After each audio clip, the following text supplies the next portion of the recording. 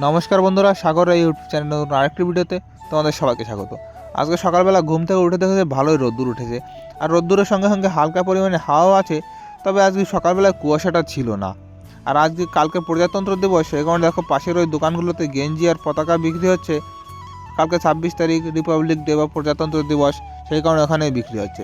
আর তারপরে এদিকে বন্ধুরা আমাদের দুধও চলে এসছে। আজকে 2 প্যাকেট দুধ রেখেছি, মানে 12 লিটার। আর এখান থেকে 1 প্যাকেট দিয়ে বানাবো বরফি, নতুন একটা বরফি বানাবো, খুব দামি বরফি। আর বাকি যে 6 লিটার দুধ সেগুলো রেখে দেবো ফ্রিজের মধ্যে। আর তারপরে এদিকে এসে দেখি যে মোটো কি একটা রান্না করছে, আর মা এদিকে কড়াই থেকে কি একটা তুলছে চামড়ার মতো, আর এদিকে শিলে কি যেন বাটাবাটি করছিল, আমি সঠিক জানি না। আর পিছনের দিকটা দেখো, আর আজকে মোটো এখানে একটু রোদ্দুর উঠেছে বলে মোটো কিছু জামা কাপড়ও ধুয়ে দিয়েছে।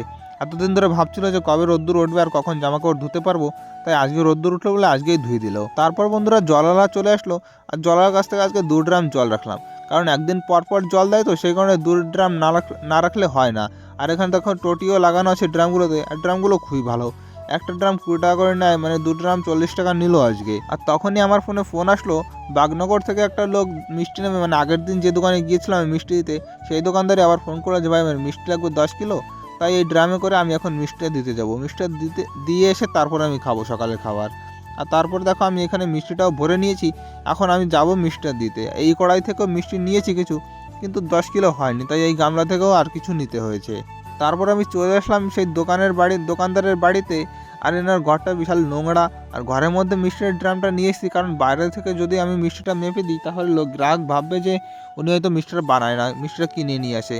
আর রাস্তা দিয়ে আসার সময় আমি একটা দোকান থেকে কাজু নিয়েছি, এই কাজুগুলো ভাঙা কাজু, এইগুলো দিয়ে আজকে বরফি বানাবো। এখানে 500 গ্রামের মতো কাজু আছে, সেটা পুরোটাই লেগে যাবে। আর তার সঙ্গে একটা কিষান সসও নিয়ে নিয়েছি, কারণ সসটা খেতে আমার খুব ভালো লাগে, সেই কারণে আমার বাজারে ওইখানে তো পাওয়া যায় না, সেই জন্য এই বাজার থেকে আমি নিয়ে গেলাম। আর কাজুগুলো নিয়েছে 900 টাকা করে কিলো। তারপরে বাড়ি এসে আমি আরও মোটো খেতে বসে পড়েছি। এখানে ধনেপাতা দিয়ে বড়া ভেজেছে, ধনেপাতার বড়া, তো হ্যাঁ ধনেপাতার বড়াই।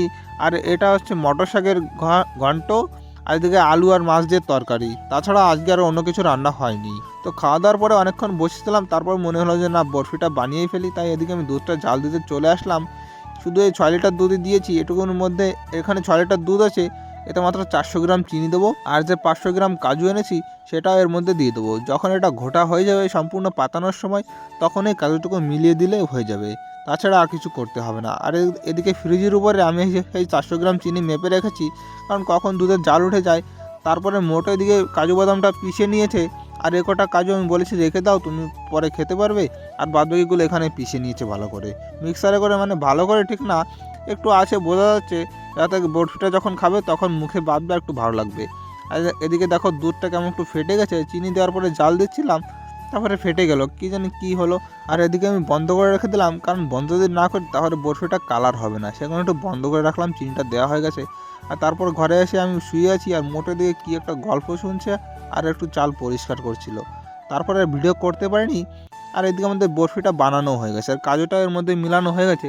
আমি পেপার দিয়ে ঢেকে রেখেছি, কারণ কাজু গরম বরফির মধ্যে দেওয়াতে একটু তেল গলছিল, সেখানে পেপার দিয়ে ঢেকে রেখেছি, যাতে তেলটুকু পেপারে শুষে নেয়। আর পেপারটা তোলার পরে দেখো কত সুন্দর লাগছে দেখতে। এই সাদা সাদাগুলো দেখতে পাচ্ছ, এগুলো সব কাজুগুলো বোঝা না গেলে ভালো বোঝা যায় না যে কাজু বরফি, অনেক দাম তো, সেখানে কাজুটা একটু দেখিয়ে দিতে হয় ওনাদের। আর এই মিষ্টিটা কিন্তু আমরা দোকানে বিক্রির জন্য একদমই বানাইনি, কারণ কালকে একটা বিয়ের অর্ডার আছে, মানে বিয়ের বরযাত্রী আসবে তাদের খাওয়াবে, সেই কারণে আমাদের দোকান থেকে নিয়ে যাবে, মানে অর্ডার দিয়ে গেছে, তাই আমি বানিয়ে দিলাম। আর এই বরফিগুলোর দাম প্রায় 1200 টাকা 1300 টাকা কিলো হয়, কিন্তু আমি একটু ওদের কম দামেই দিয়েছি। আর তারপরে আমি ওদিকে বরফিটা দেখাচ্ছিলাম, বাবা দিকে এদিকে লাড্ডু বানাচ্ছে, কালকে প্রজাতন্ত্র দিবস, সেই কারণে লাড্ডু বানাচ্ছে, যদি লাড্ডুটা একটু সকালবেলায় বিক্রি হয়। আর দোকানে তো বেশি নেই, সে কারণে বানিয়ে রাখছে একটু বেশি করে। আগে দেখো বরফিটা পুরো রেডি হয়ে গেছে, আমি একটু পরেই কাটবো। এখন হালকা একটু নরম আছে, যখন একটু শক্ত হয়ে যাবে তারপরে বরফিটা কেটে নেব। প্রায় 80-90 পিস হবে এক কেজিতে, সেই হিসাবে কাটতে হবে, একটু ছোটো ছোটো করে কাটতে হবে। আর যে কাগজটা দিয়ে আমি ঢেকে রেখেছিলাম সেটাই দেখো বরফিটা লেগে গেছে, এর আগে কোনোদিনই লাগেনি, আজ যে কেন লাগলো সেটা আমি সঠিক বুঝতে পারলাম না। তো বরফিটা ওদিকে শুকাক, আমি গেছিলাম স্নান করতে, স্নান করে সে চলে আসলাম। আর মা আর মোটো এদিকে আজকেও লুডো খেলছে, কারণ ওনাদের এখন আর কোনো কাজ নেই। বাবা দিকে লাড্ডু বানাচ্ছিল, আমি বরফি বানাচ্ছিলাম, আমি স্নান করে আসলাম, এখন যাবো বরফিটা কাটতে। এই দেখো বরফি কাটতে চলে এসেছি, বরফিটা শক্ত হয়ে গেছে।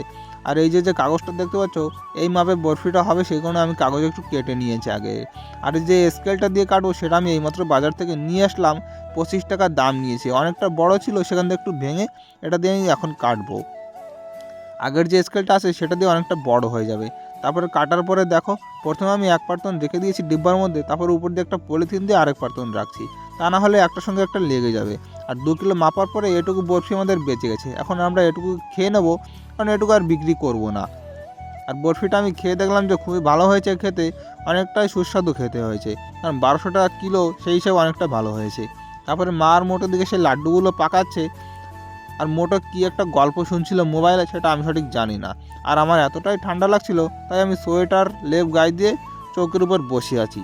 তো বন্ধুরা, রাত্রের খাওয়া দাওয়া আমাদের হয়ে গেছে, আর আজকের ভিডিও এখানেই শেষ করছি। দেখা হচ্ছে পরের ভিডিওতে। ততক্ষণ যেন সবাই ভালো থাকো, সুস্থ থাকো, আর আমার চ্যানেলটি সাবস্ক্রাইব করে আমার পাশে থাকো।